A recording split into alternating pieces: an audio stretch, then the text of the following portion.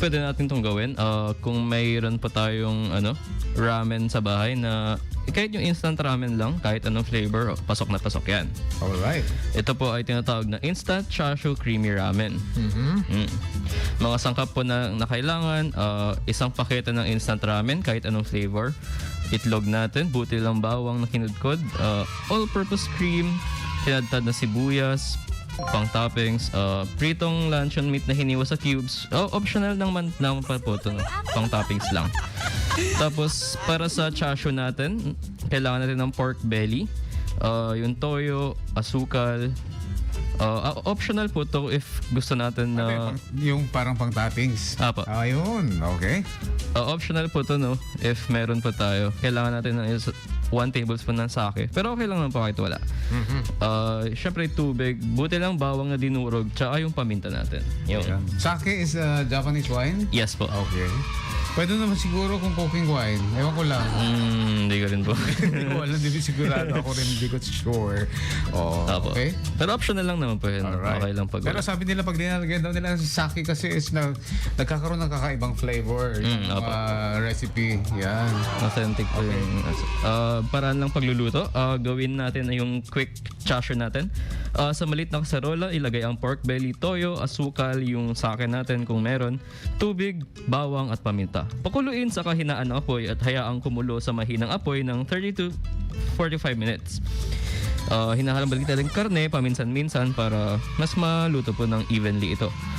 Kapag malambot na at makintab, alisin ang karne at pahingahin ng 5 minutes. I-rest natin yung hiwain ng manipis, pahilis sa hibla ng karne. Ayun. Yun. Tas, Yun ang tama mag-iwa. Yan. Oo, pahilis. Tapos yun, isunod na po natin ang ating noodles. Pakuluan ng tubig sa kaserola. Yung traditional way ng pagluto ng instant ramen, alam naman na po natin lahat yan. Tapos yun, gawin na po natin creamy ang sabaw sa isang mangkok na ilagay ang seasoning packet ng ramen. Tapos yung itlog, pero pwede yung itlog pues yung runny po. Okay din po yun. Kahit din na po natin isama sa po. So yun, haluin hanggang makinis, dahang-dahang idagdag ang mainit na noodle. Habang patuloy na hinahalo hanggang maging malinamnam at creamy ang sabaw. Mas kaunting tubig kung gusto mong mas malapot, mas marami kung masabaw. Yun. Tapos yun, buuin na po natin ang ramen. Ilagay ang nilutong noodles sa creamy na sabaw. Haluin ng maraming siguro po yung onions natin. Sige. Tapos lagyan ng hiniwang chashu. Tapos optional din po if lalagyan natin ng soft-boiled egg. Yan. Ayun, sarap talaga yan. Alam mo, pag ako kumakain ng noodles na ganyan, ramen noodles, linalagyan, binubudburan ko yan ng chili oil. Para mas may sipa po. O kaya yung, yung powdered na, nakalimutan ko na tuloy, yung chili, parang yun na yun.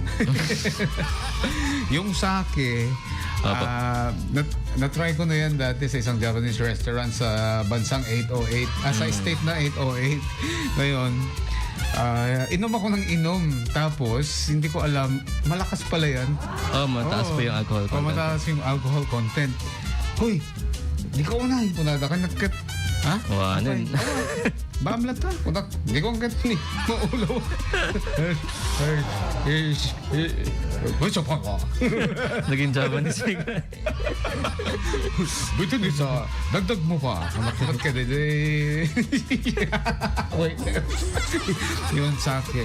Kung wala kayong sake, maraming sako. Joke lang. Alright, ayan na naman po ang kakaiba natin ay merienda. Kasama si Idol Shanti Papi at saka si Zach sa inyong paboritong estasyon. 99.5 IFM. Ang idol mong FM. Super